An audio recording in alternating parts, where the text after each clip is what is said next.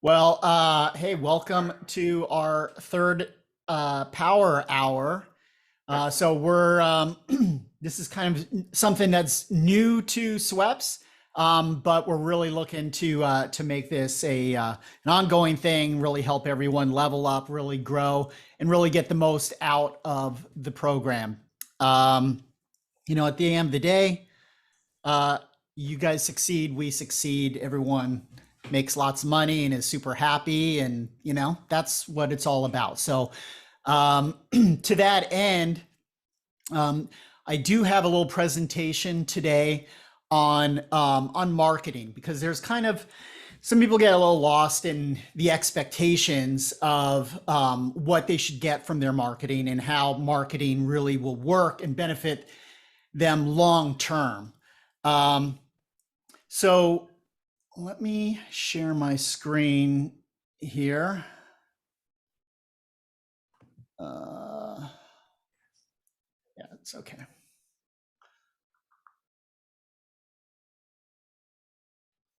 Oops.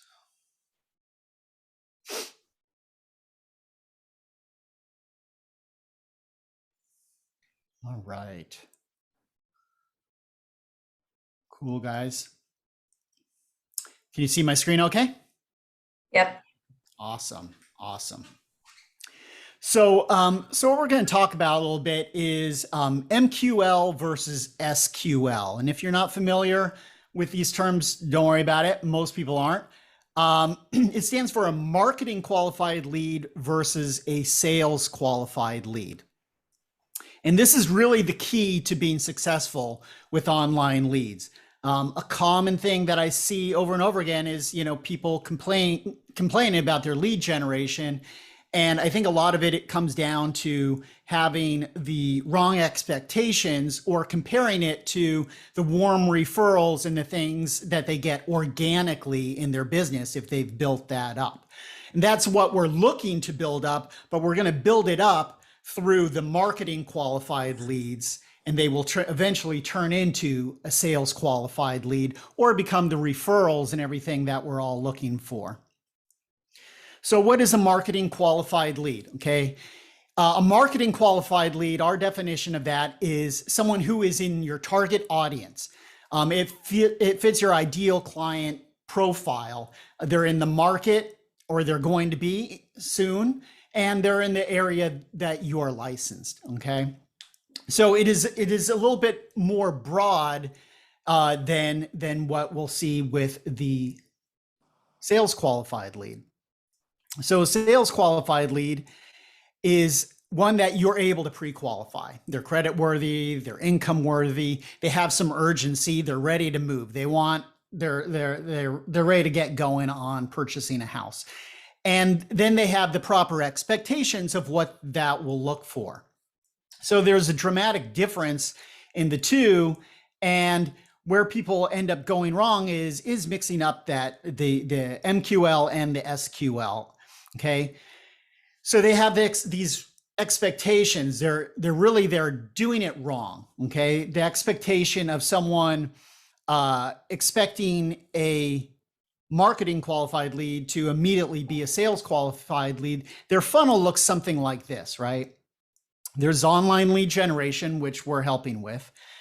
Now you also have through that, you have your unforced lead registration. So these are people that if you have a profile on Zillow or Lending Tree or Free Rate Update, any of those kinds of things, they're still online leads, but they're coming in different. That it's not a direct ad to them.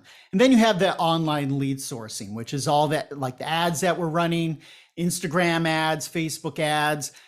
We also do YouTube ads and Google ads.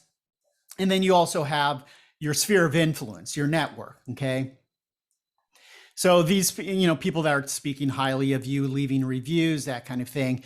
And so these make some, they're turning in, the expectation is that they're going to turn into a sales qualified lead. And so then the expectation is that you're just going to go right into a pre-qualification, get them on the app, start doing that, and eventually have that closed deal. But what happens is you're always stuck needing to feed this beast, to feed these online leads, these on the source of your business. And the difference here of why the top 1% LOs are winning is these added extra steps. And really all it comes down to is nurture. And this is where most people go wrong, right? You get a lead and you go, well, they're not ready now. I'll call them in a few months. And then you forget to call them. You don't stay in touch with them through email. You don't stay in touch with them. And you don't nurture them along, give them the information that they need that's going to move them in the right direction, whether that is hooking them up with credit repair specialists or just giving them information, setting yourself as the expert, as someone who can help them. Because all of this is going to build that rapport. It's going to establish your expert status. It's going to build that trust and authority.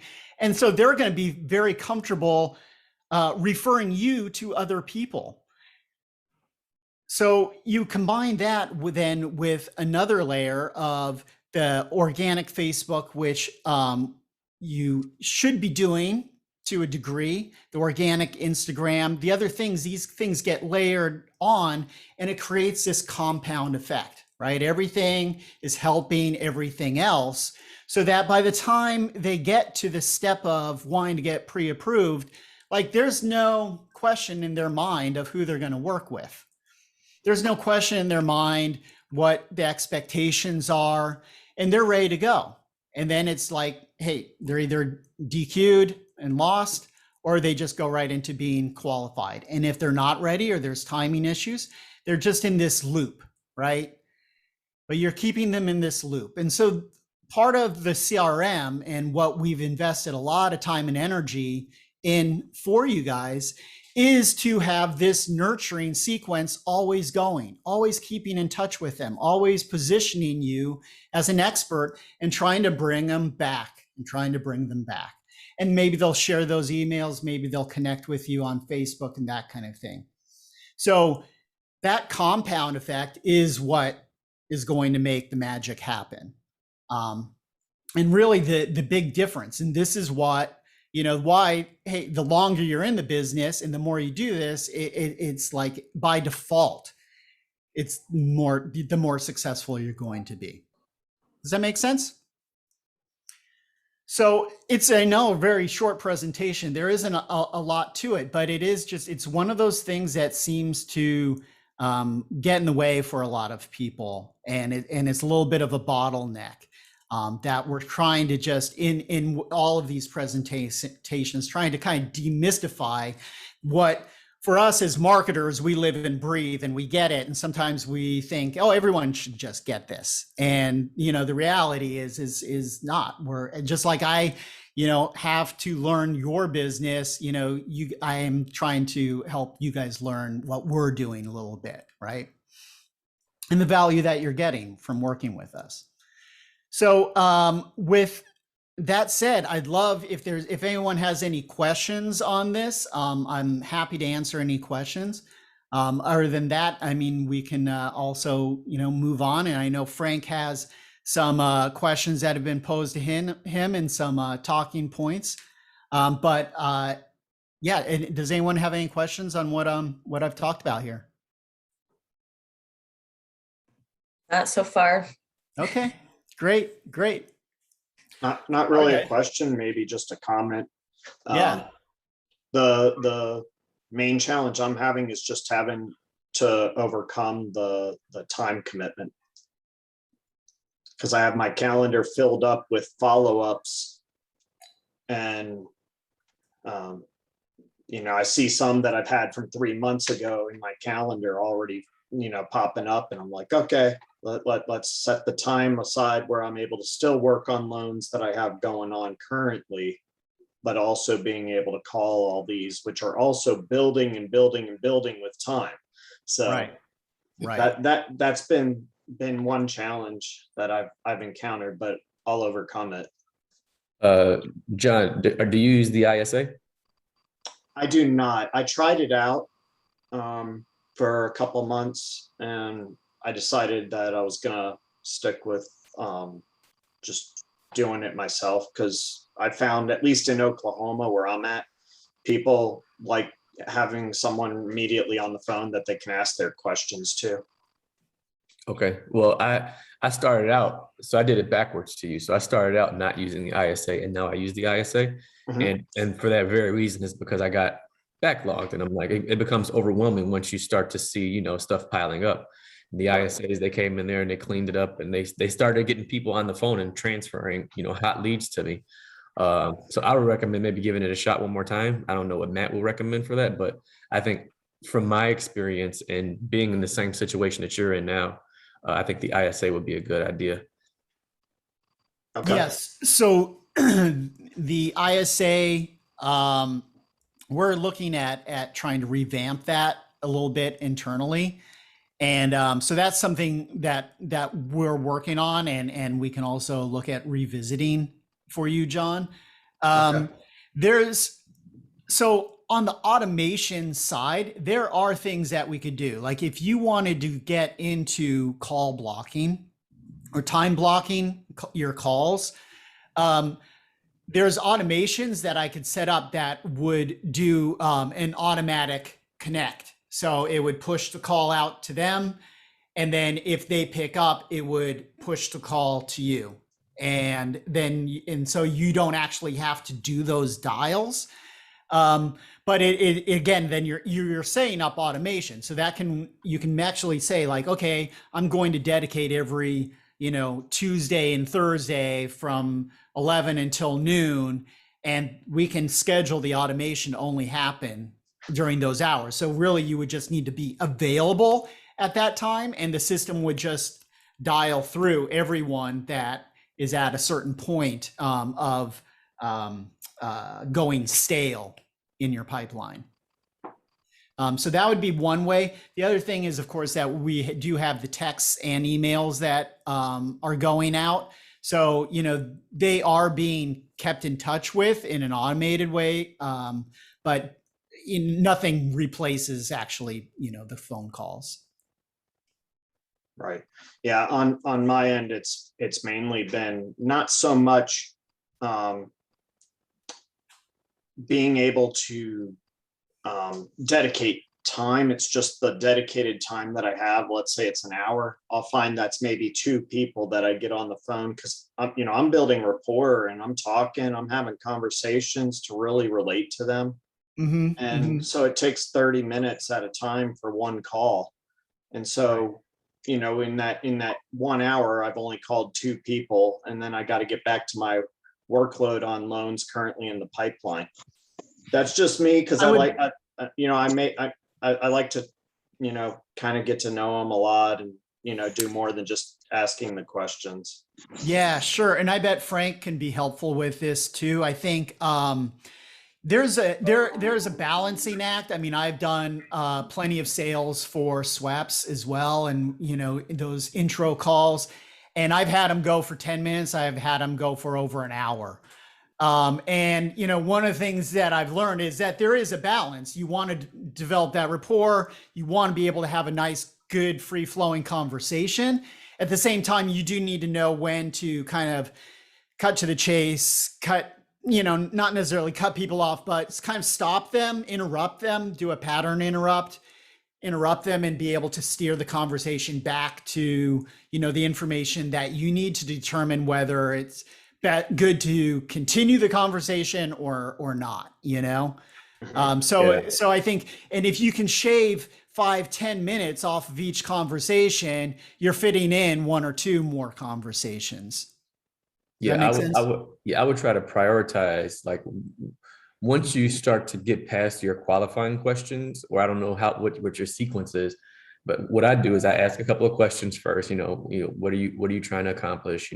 Give them the education about FHA and conventional, so they understand exactly what pattern they want to go down.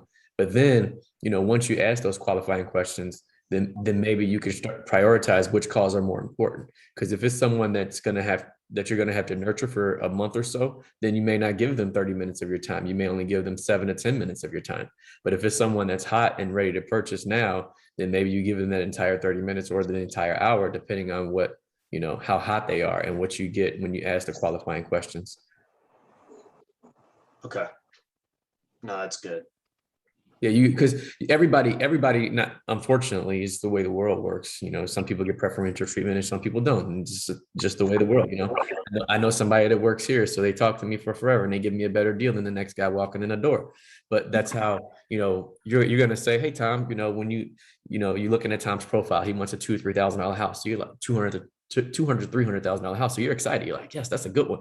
Then you start talking to Tom, he doesn't have any money. And you're like, okay, well, Tom, you know, I'm glad to see that. I'm going to get back to you. Let's set up a program on how you can start to, you know, get your down payment in order. Are you going to get a gift? Are you going to do this? Are you going to do that? And if Tom needs time to save money, then maybe Tom doesn't get the entire 30 minutes, you know, or if Sally, you know, has a 575 credit score, and you can coach her on how to get that score up, you know, to 600 or 580 to where she needs to be. But you don't give Sally the entire 30 minutes. You give Sally 8 minutes. And then you revisit Sally when it's not on your time block and it's just extra time that you're trying to nurture some of these leads.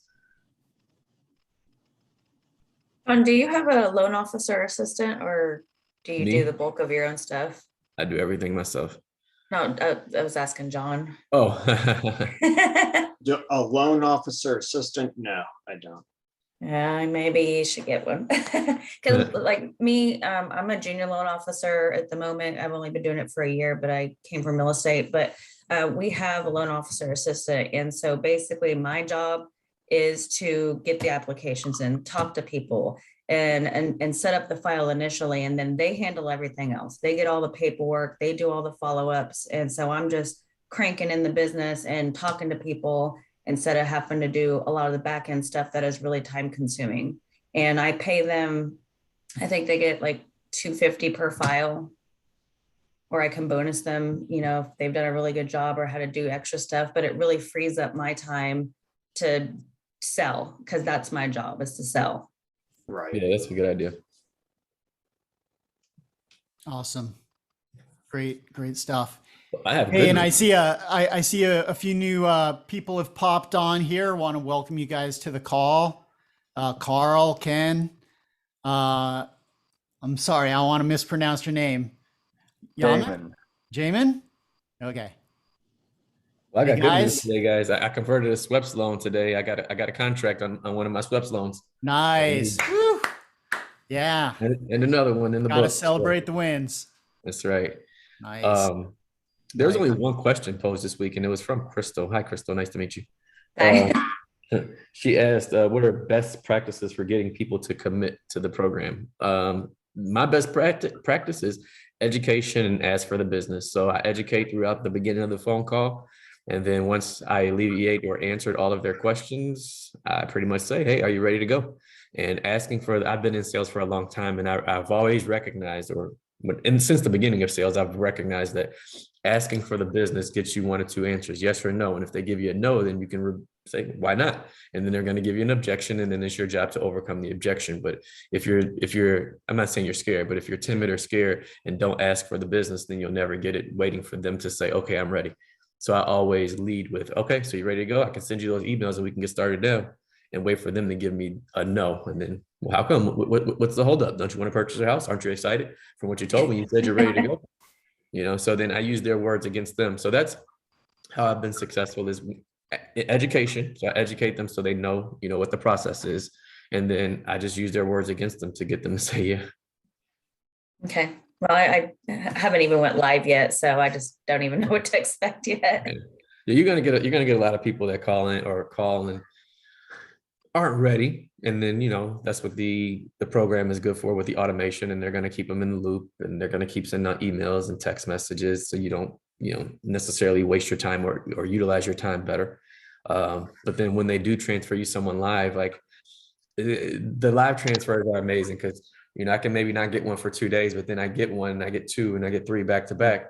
And it's like, they may catch you at the weirdest times. It may be 7 o'clock in the evening. It may be 10 o'clock in the morning. It may be Saturday or Sunday. But I'm like, hey, that's business flowing in. As long as my phone's ringing, that means, you know, the ding, ding, ding, the till's going up. So I look at it as a positive, but they do sometimes. I try to catch every call. I've probably made about 95% of the ones that they've sent to me. But yeah, it's just education, you know, and you've been in the real estate industry for a while, it sounds like. So just educate people on the process. Tell them what's going on. Tell them what to expect. Nobody else is going to take the time to do what you're going to do. And just sell yourself and sell yourself with, I don't know what you guys' schedules are, but I sell myself on the basis that I'm always available.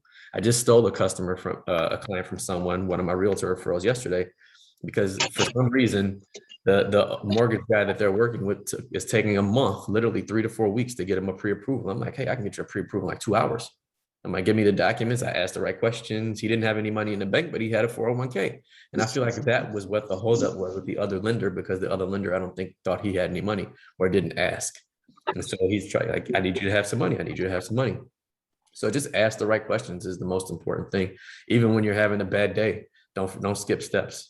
Just have a process, make your process, stick to it. And there's going to be people that throw you off your game because they're going to ask questions at, crazy times, but be sure to get back to your process. In sales, it's all about being in control and controlling the flow of the conversation, control the flow, ask questions that you're going to know or anticipate the answers to. And, you'll be successful with these calls. Awesome. Carl has a question. Carl. Hey, yeah, can I give a shameless plug? I'll tell you, for the folks who haven't used the ISA service yet, what the main thing I love about it are those ladies who are calling are relentless. They call these people. I can't do that. I'm like, oh my God, because you can hear their conversations, because it all gets recorded. And when I'm listening to their conversations with some of these people, I'm cringing because I'm like, God, I couldn't take that. And they keep calling. They keep calling. It's crazy. And Yep. What I do love is to John's earlier point, is that, I block my calendar. So, and when I go into my calendar and I say when I'm busy and when I'm free. And so they only put appointments on my free times, or the times that I say when I can talk to people. So I love that part about it too, because like I got a full-time job too. I'm at there right now, but I'm going to start. I know that, it's starting at about 2:00 today. If there are any live transfers, they're going to be doing them starting about that time, because you can control your time with it. So I love that part about it. But my main thing is the relentlessness of the ladies, but also the automation. I think Frank was talking about that, because I'm more focused on refinancing. And when I put a lead that I get leads from my company. When I put them in there, it automatically sends them a text, sends them an email a little bit later, and then the ladies start calling them. And, I don't have to think about it. I know they're calling them. And if one of them's going to turn, they'll do a live transfer, and it's a thing of beauty. So I love it, because sometimes, you start calling people and they're, like, okay, let the system do it. Yeah. So that's just my plug. Yeah, I love hearing that. I mean, that's great. And that is what so much of it is about. It's freeing up your time. And, I tell you, like I said, I've done sales for SWEPs, cold calling people and calling people is like one of my least favorite activities. So it's like, I just don't have that thick of skin. But it makes a dramatic difference. I mean, like I keep saying it, even with the presentation, or to John, like nothing replaces the actual phone call. We love to automate. I'm a full automation tech geek, but nothing, if you just look at the stats, phone calls just always went out. So yeah. Keep asking for the business. I mean, just keep asking for the business. And like, I have another client that I'm working with SWEPs today. She sent me her application. Now she's bugging me because it's taking me, for some reason for her, it's taking me a little bit longer because I've been busy. And she's like, hey, any news yet? But she's ready to get a pre-approval. She sent me everything, but she piecemealed it to me together. So that's probably why I'm piecemealing getting back to her, because she like taking up other time that I started working on her file and neglecting other people. So now I have to neglect her a little bit and catch up on my other files. But yeah, man, I mean, the SWEPs program is an amazing program if you just utilize it the right way.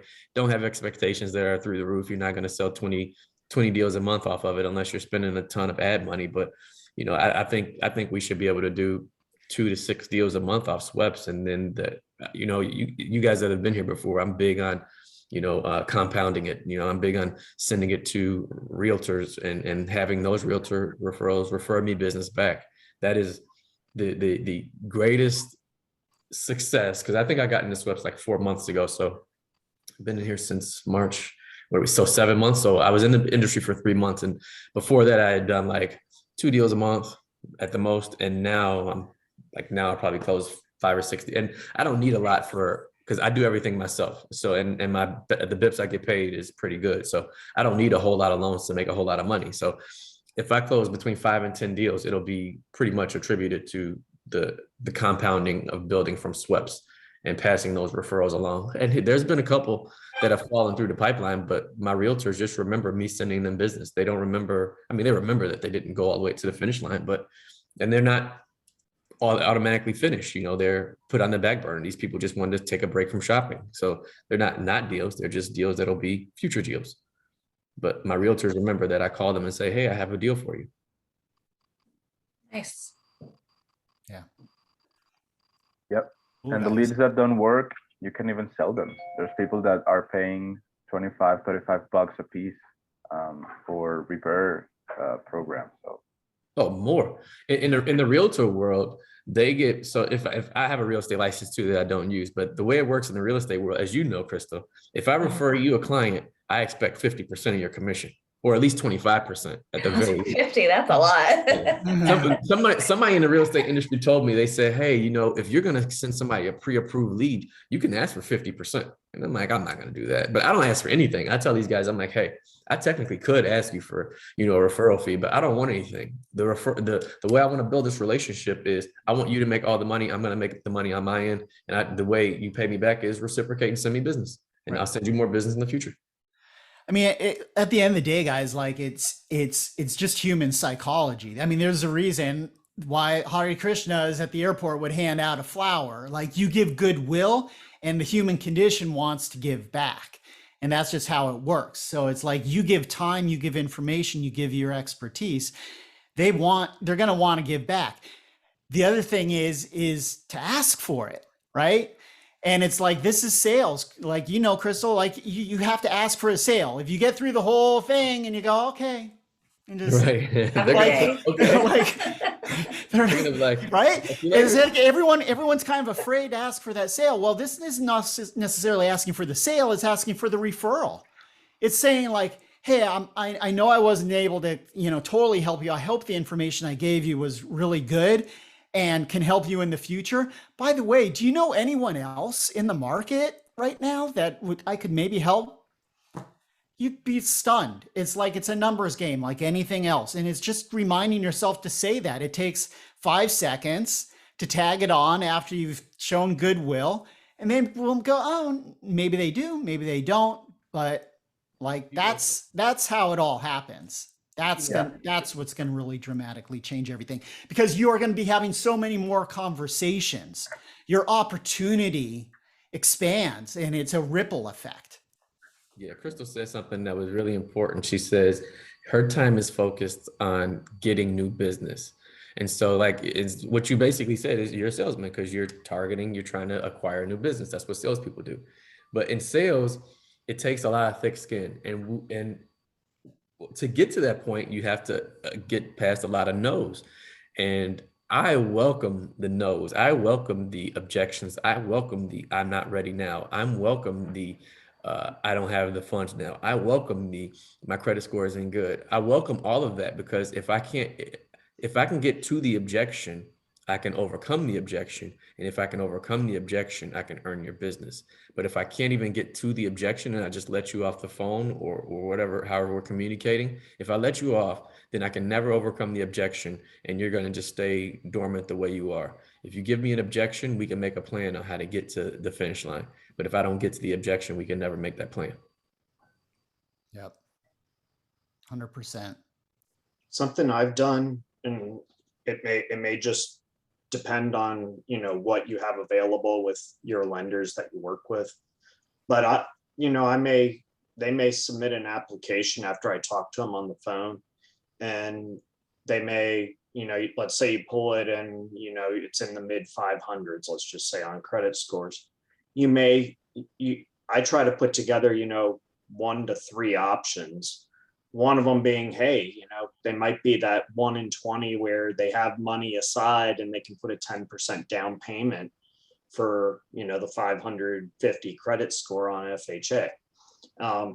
So I present that as the first one, saying, hey, I'm not saying no, you can't get it. However, this is what you'll have to come up with to proceed. And then I'll go on to the next one, maybe say, okay, you want your spouse only on it, and because their scores are higher, and then the third one may be, hey, credit referral at that point, So it's just sometimes having multiple options after they apply when you can't approve them right at that moment is a good strategy, I've found. Speaking of, it's a really good idea. Speaking of what you just said, John, did you guys know that recently, in the last, I believe, 2 months, that with FHA approvals, if a consumer has a lower credit score, let's say one consumer has a 550 or 520, and the other consumer has a 700, you can take the average of those 2 middle scores now with FHA. Yes.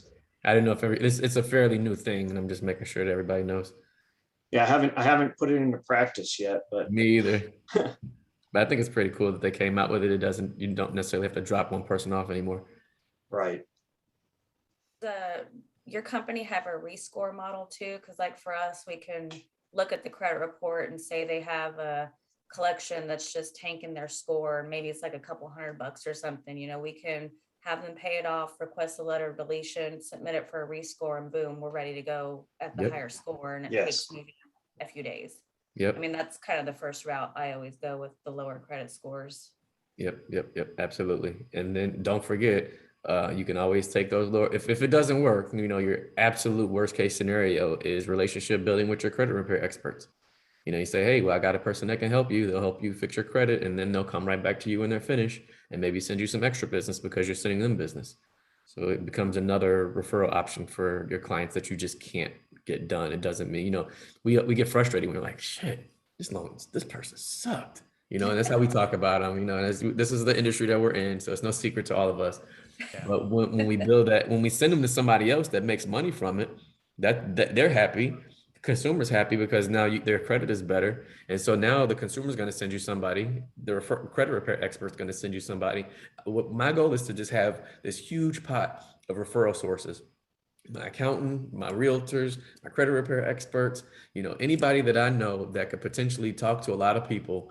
I want you to be my person, and I'll send you business. Like even people you buy your cars from, think about how many people they come in contact with. I was in the car business for 17 years.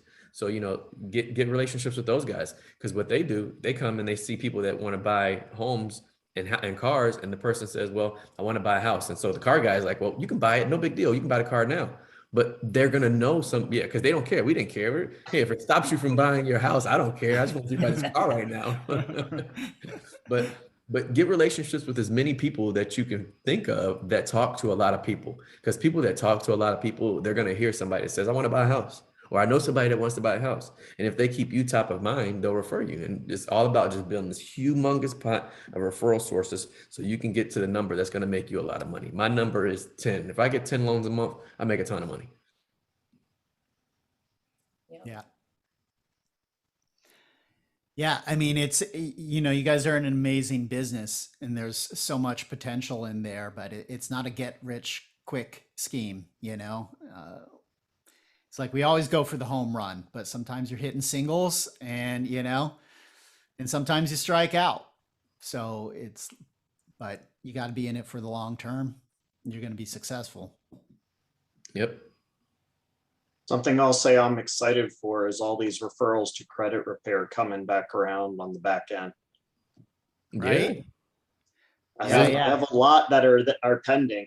So Yeah, and it's unexpected when they do call. It's unexpected wins. You're like, somebody that you call. I had this happen. It's starting to happen more often now because I'm starting to get more and more. But people that I touched base with a month ago or 60 days ago, and then they're calling me back. People I completely forgot about, and they're like, "Hey, remember me?" I'm like, "No, but okay." And you act like you do. But hey, good to hear from you again. Right. I love it. is like this little like dopamine rush when it's like someone responds to something that you didn't even know was going on. Like all of a sudden they pop into that conversations tab, replying to an email, replying to a text that you kind of forgot were even going out. Yep. And it's like, hey, yeah, let's chat, let's get it going again. So Yeah, I've had some that respond to it and say, I don't know, I'm working on my credit. And then I'm like, okay, good to know. And then like 5 minutes later, they say, can you help me? And I'm like, yes, I'm here to help. Yep. See, those people don't get 30 minutes, John. Those people. Oh, these ones I start asking them questions via SMS to kind of see, how what are you looking to accomplish? Yep. Do you want credit repair or referral, or what is it you're seeking? And I try to narrow it down at that point. Right. Sometimes they have a mid 600 and they're saying that. So my first one is, what do you think your score is? And then if they say anything 6, let's go. How did you come up with that number? Tell me Credit Karma, please. Oh no, God. Because Credit Karma is so off, and it can be off one way or the other. It doesn't have to be just too high. It can be too low too. Yeah. So then at that point, I'm like, well, let me check. It's like, here, it's $27 for me to check your credit. Let me check. Because now I may surprise you and be like, hey, you're 585. Let's go. Yeah. Well, some people think they need a 700 to buy too. So. But that's where education comes in. Like that's where the FHA, hey, you can buy, 3.5% down, 580 or better. And if you go down to a 510, it's going to cost you 10% if you can afford it. And then, just pick their brains about where their money's coming from. Yeah. Well, in some areas like Texas, they have great down payment assistance programs too. So. Yep. Is that part of the country you're in? Are you in Texas? Yeah. Okay. Well, I'm physically in North Dakota, but my market is Texas. I moved from there last year. Okay. No, I'm up in the Twin Cities. Yeah, so you're not too far. Not too far. Yeah. Well, awesome, guys. So, we are, like I said, continuing to develop this. We're always looking for your guys' input. We want to make this the best program for you guys ever. So, that is our goal. We love the questions. You can always put them here in the chat. You can submit them to Frank or Benjamin, and you can use the form that we will send out every week. But we want to answer your questions. We want to help you guys out and make sure you gain the most out of the program. Hey, Dave, I know you've popped on in and out a few times, but I wanted to kind of welcome you. Thank you. And just so you guys know, listening the whole time. yeah, okay, great.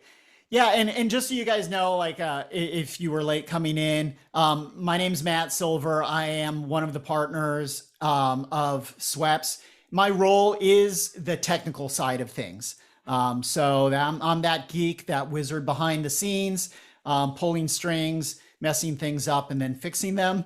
And that's that's what I do. So I got me and my team that I lead, and everything has been developed from the ground up here. And so we always love the input to make it better. And we can develop all sorts of things. There's always this balancing act, because I know the capabilities of the system can do a whole lot more than we ever use it for. Because I don't want to overwhelm anyone. I want it to be very purposeful, whatever we decide to implement. But like I was saying to John earlier, with some of those automations and things that we can do that really on anyone's account. So if you do have interest in like, I want to do time blocking of calls and just have these things be done, we can make that happen. There's a lot of things. So if there are any issues with anything, don't hold it in and bottle it up and just live with it. Like, tell us as soon as you see or notice anything, and we'll be on top of it to fix it, because that's part of that white glove treatment that we're here for you guys. Right. Cool. I know, you know, we've been on for a little bit. Did Hey, anyone? I have a Yeah. question. Oh yeah, go Hey. for it, Paul. Facebook ads. Do you guys have any suggestions for? I know you guys are doing all your thing and the things in the background to optimize the ads and whatnot. Does sharing it on other groups and other things, does that help with getting that message out? Or, I mean, do you have any recommended suggestions that we can do on our end? I can Yeah. answer that. Yeah, So great question. Go a ahead. great way, Carl, to do that is posting content. Just as you are calling the leads and informing them and educating them, you can always look for text like in Forbes or mortgage.com, some articles that you can share and say like, hey, I can help you. You know, you can always hire like a community manager, but you can do it by yourself. You know, you can copy this, share them to your page, and then share them in groups. Tag people. You can post them in different groups. You can do like a lot of stuff in Instagram as well. Yeah. So Yeah, but I'm saying specifically with the ad that you guys create. Right. So with the ads themselves, the tricky part about it is that Facebook loves they love the comments. They love people giving like it kind of works in almost a point system, in that if someone is just clicking like, or, you know, thumbs up and love and that kind of stuff, yeah, that's good. That's a little bit of interaction. If someone writes a comment, Facebook places more value on the comment. It doesn't necessarily read whether it's positive or negative. So that's why sometimes you'll see people will start, when we're monitoring things, sometimes we'll delete comments if it's super negative. But if it's just getting into a discussion, like, that's better. Facebook will say, oh, hey, this is resonating with people. It's creating a social event. And so it places more value on it, and it drives the cost per lead down, but it doesn't necessarily, it drives the cost per lead down because in the auction environment, it has more intrinsic value than your competitors that maybe don't have as much interaction. Okay. That said, it's fair. It's nominal. It becomes like, you know, it's great for optimizing, but it's pretty nominal. The other thing that it happens is, like, every time we refresh the creative or change it because it's not performing quite as well, we lose all of that. It's like you're starting fresh. So I wouldn't put a lot of time or energy into it. It's also like the ads themselves are very direct response. Like, we're trying, like, click the button, you know, put in your info. It's not really good information, so it's not really shareable in that way. I mean, it can be, but it's not. It's just not the type of copy and everything that would lend itself well to sharing. So it's not, it's not a hindrance. Like, you could do it if you saw it and you were like, oh, hey, the ad popped up for me, I'm going to share it with everyone. Go for it. Like, you know, it's not going to cause any harm or do anything. It's just, Well, you know. Well, what if I put some content on top of that ad? Because, you know, when you post something, it gives, you know, you want to write something. And what if I use that opportunity to talk about, you know, do you really know what's involved, like with closing costs and, you know, your down payment, what that really means? Would that potentially help? So what I would look at maybe doing is creating like, you know, a note, Kind of like what Benjamin was saying, but yeah, well, it would create like a note with the link, and be like, here's a great article that might help you, and with the link, make a note so that you have like a bunch of those that apply to maybe a few comments that you see come up all the time. I'm just saying, like, I would make it so your energy investment is as little as possible, because a lot of those ads are short lived. We're always testing and changing the creative. Oh, And so I okay, don't yeah. want you to invest a lot of time and energy in doing that. But so the simple shortcut is like with my assistant is having like that cheat sheet file. So you could just like copy and paste it, you know, oh, Yeah. it popped up. Okay, great. Here, copy and paste that. But like, Yeah. you don't want to be typing it all out and thinking of it and find the link. And, you know, you don't want to do that. Yeah, well, that's what I got. I have my messages like on, sticky Yep. notes within Yep. on my computer. And so I just copy and paste them. but- Perfect. Yeah. Okay. All right. Thank you. Yeah, sure. Thanks, Benjamin, too. Yeah. Awesome, guys. Well, any other questions or anything that you guys yeah, no? All right. Well, when they come up, definitely submit them to us. Let us know. And we are here to support you guys. And yeah, I think with that we can wrap it up and everyone can enjoy the rest of their day. Appreciate you guys, Thank you guys. and I appreciate you guys spending some time with us. So Everybody have a good day. everyone All right, have a thank great you. one. Bye. Thank you. All right. Thanks, everybody.